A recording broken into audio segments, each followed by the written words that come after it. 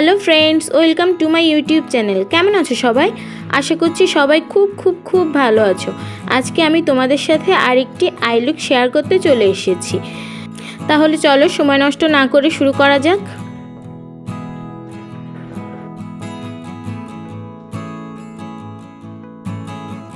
প্রথমে আমি আইব্রোটা আঁচড়ে নিচ্ছি একটা স্পুলি ব্রাশের সাহায্যে। তারপরে আমি বরাবরের মতো দুটো আইব্রো পেন্সিল নিয়ে নিয়েছি, একটা ব্ল্যাক কালারের এবং একটা ব্রাউন কালারের। ব্ল্যাক কালার দিয়ে আমি আইব্রোর পেছনের অংশ এবং ব্রাউন কালার দিয়ে আমি আইব্রোর সামনের অংশ ফিল করে নিচ্ছি। এরপর আমি স্পুলি ব্রাশ দিয়ে ভালোভাবে আইব্রোটা ব্লেন্ড করে নেব, যাতে করে কোনো পেন্সিলের দাগ বোঝা না যায় আর একটা ন্যাচারাল লুক আসে।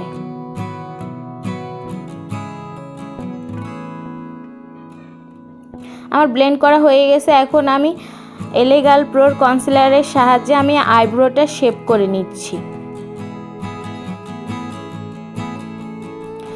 আমার নিচের অংশ শেপ করা হয়ে গেছে। এখন আমি উপরের অংশ শেপ করে নিচ্ছি, আইব্রো লাইনটা।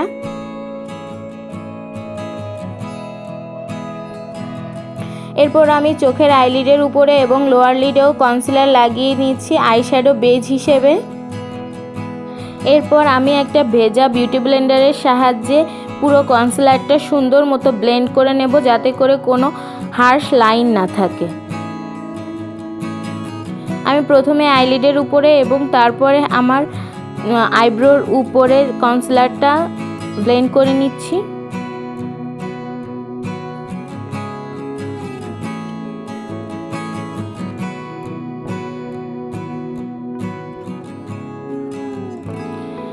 এরপর আমি লুজ পাউডারের সাহায্যে কনসিলারটা সেট করে নিচ্ছি। কনসিলারটা দ্রুত সেট করে নিতে হয়, না হলে অনেক সময় দেখা যায় যে ক্রিজ পড়ে যায়। এরপর আমি এই লাইট অলিভ কালারটা আমি আমার ক্রিজে অ্যাপ্লাই করে নিচ্ছি ট্রানজিশন শেড হিসেবে।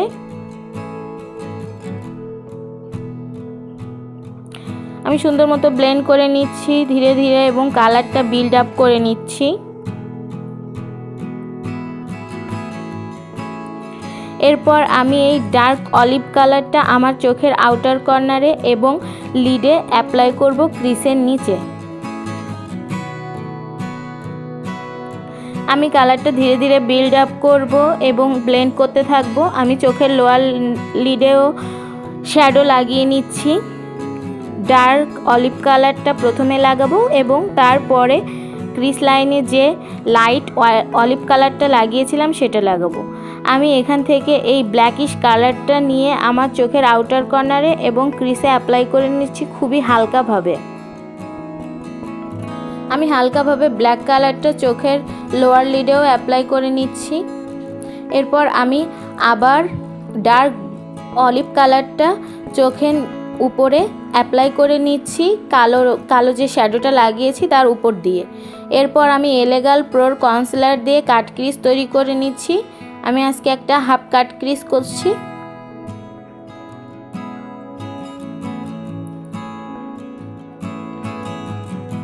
এলেগাল প্রোর কনসিলার দিয়ে অল্প সময়ের মধ্যে সুন্দরভাবে কাট ক্রিজ তৈরি করা হয়ে যায়। এরপর আমি এখান থেকে এই গ্রিন শিমারি শ্যাডোটা আমার আইলিডের উপরে একদম মিডিলে ইউজ করছি। আমি অবশ্য এইটার সাথে গোল্ডেন কালারের শ্যাডোটা মিক্সড করে দেব। আমি প্রথমে এটা লাগিয়ে নিচ্ছি, তারপর ইনার কর্নার এবং হালকাভাবে লিডের উপরেও গোল্ডেন কালারের শ্যাডোটা লাগিয়ে নেব। আমি প্রথমে গ্রিন কালারের শেডটা অ্যাপ্লাই করার পরে ইনার কর্নার দিয়েই শুরু করলাম গোল্ডেন কালারের শেডটা অ্যাপ্লাই করা এবং আস্তে আস্তে আমি গ্রিন কালারের সাথে একটু ওভারল্যাপ করে ব্লেন্ড করে নেব।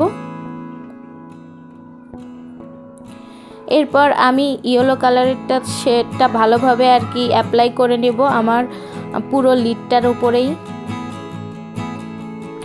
আঙ্গুল দিয়ে একটু ভালোভাবে ব্লেন্ড করে নিচ্ছি। এরপর আমি এই গ্রিন গ্লিটারটা আমার কাট ক্রিজ করা আইলিডের উপরে অ্যাপ্লাই করে নিচ্ছি।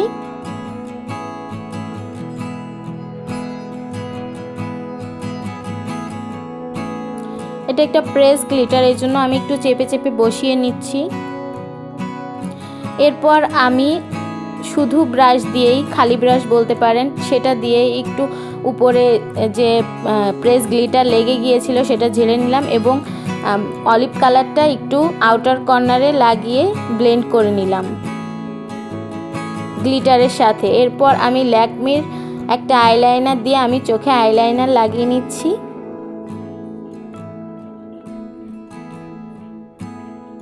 এরপর আমি এমএনের এই নুড কাজলটা আমার চোখের ওয়াটার লাইনে কাজল হিসেবে পরে নিচ্ছি। এরপর আমি আইল্যাশ কার্লার দিয়ে আমার চোখের ন্যাচারাল ল্যাশকে কার্ল করে নিচ্ছি। এরপর মরফির এই মাস্কারাটা আমি আমার চোখের ন্যাচারাল ল্যাশে লাগিয়ে নিচ্ছি। আমি প্রথমে আপার ল্যাশে লাগালাম, এরপরে আমি চোখের লোয়ার ল্যাশেও একই রকমভাবে মাস্কারা লাগিয়ে নিচ্ছি। এরপর আমি টেকনিকের মেগা গ্লো প্লেট থেকে গোল্ডেন কালারের হাইলাইটারটা আমার ব্রাবন হাইলাইট করার জন্য ব্যবহার করছি। আমি ইনার কর্নারেও একইভাবে হাইলাইট করে নিচ্ছি সেম হাইলাইটারটা দিয়ে। এরপরে আমি ফলস ল্যাশ লাগিয়ে নেব আমার চোখে। এবার আমি চলে এসেছি আমার ফাইনাল লুকে। This is my final look. কেমন হয়েছে আমার লুকটা অবশ্যই কমেন্ট করে জানাবে। আমার ভিডিওটি ভালো লাগলে একটা লাইক করবে, কমেন্ট করবে এবং বন্ধুদের সাথে শেয়ার করবে। আর সাবস্ক্রাইব করতেও ভুলো না। সাবস্ক্রাইব করে আমার পাশে থাকা বেল বাটনটাও অন করে দিও, যাতে করে আমার ভিডিও তোমাদের কাছে সবার আগে পৌঁছে যায়। আজকে এ পর্যন্তই বন্ধুরা, দেখা হবে পরবর্তী কোনো ভিডিওতে। সে পর্যন্ত সবাই ভালো থাকো, সুস্থ থাকো, টাটা।